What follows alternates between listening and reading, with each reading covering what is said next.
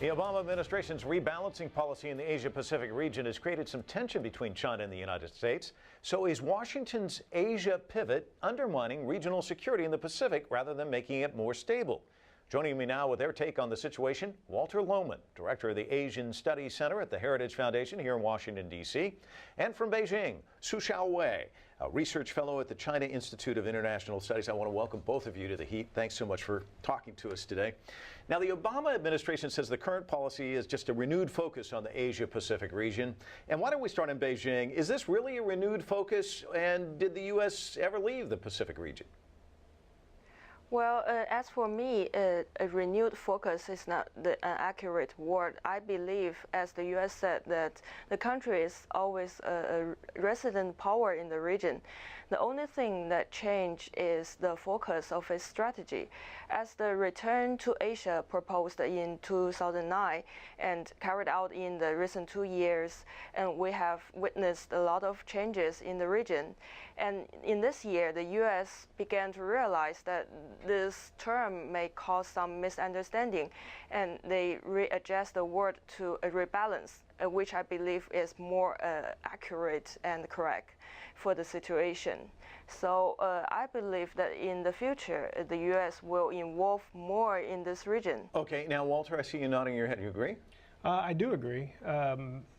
The rhetoric about the return to Asia and we're back in Asia and this sort of thing that the Obama administration rolled out early on was largely that. It was rhetoric, and it was aimed at really domestic constituencies in the U.S. I think it was a mistake to frame it that way, because I agree with Ms. Su. The U.S. never left Asia. It's been involved there, in its current capacity as sort of guarantor of security and public goods there, since World War II. Let me ask you this: how much of this is a result of pressure or lobbying on the U.S. by its allies? Let's say the Philippines, Singapore, Australia, Japan, Vietnam, you name them. It seems like that these are the people that they're out spending. The Obama administration spending a lot of time with these allies. Do you think that that's what's driving this? Lobbying on their part? Well, I mean, I think that that is in large part what has spiked American engagement in the region. In that sense, we are more engaged in regional institutions. We're attending the ARF regularly. We've established new multilateral bodies in the region and gotten increasingly involved in those. And I think that is really at the urging of our allies in the region, and even the Vietnamese, who are increasingly worried about regional stability and think that the U.S. plays a constructive role in guaranteeing it. Su Xiaohui, let me get your thoughts on that. Is this basically lobbying on the parts of these countries that's really drawing the United States in? Well, I believe that our neighboring countries, they are kind of concerned of China's development. As you know, in recent years, China has made great progress in our economic development, and our neighbors are concerned that how China will perform in the future as an emerging power. And the U.S. involvement in this region will help these countries to feel that the great powers are kind of balancing each other, and they will feel safer. And some countries, especially the Philippines and Vietnam, are expecting the U.S. power to balance China, especially in the disputed issues such as the South China Sea issue. But I don't think these countries' expectation is the main reason for the U.S. to make its rebalance strategy, and the U.S. has its own consideration. Well, Walter, let me ask you that. Do you think they're trying to use the USA as a proxy in the area then? I do agree that they are using, or they see value in the U.S. serving as a balance in the region, and they're bringing the U.S. in closer for some reassurance, especially on their dealings with China.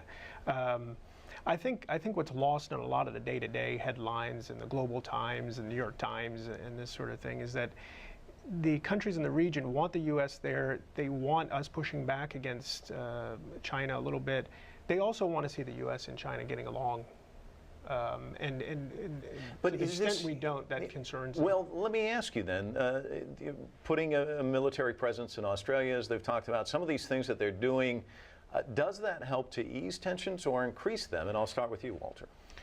Well, it's a fine balance, but I would say for the most part, what we've done there is largely symbolic. I mean, they involve, thousands of Marines. In the case of Australia, 2,500 Marines. But in the overall scheme of things, as far as Australia is away from China, it's mostly a symbolic effort to demonstrate our commitment to the region.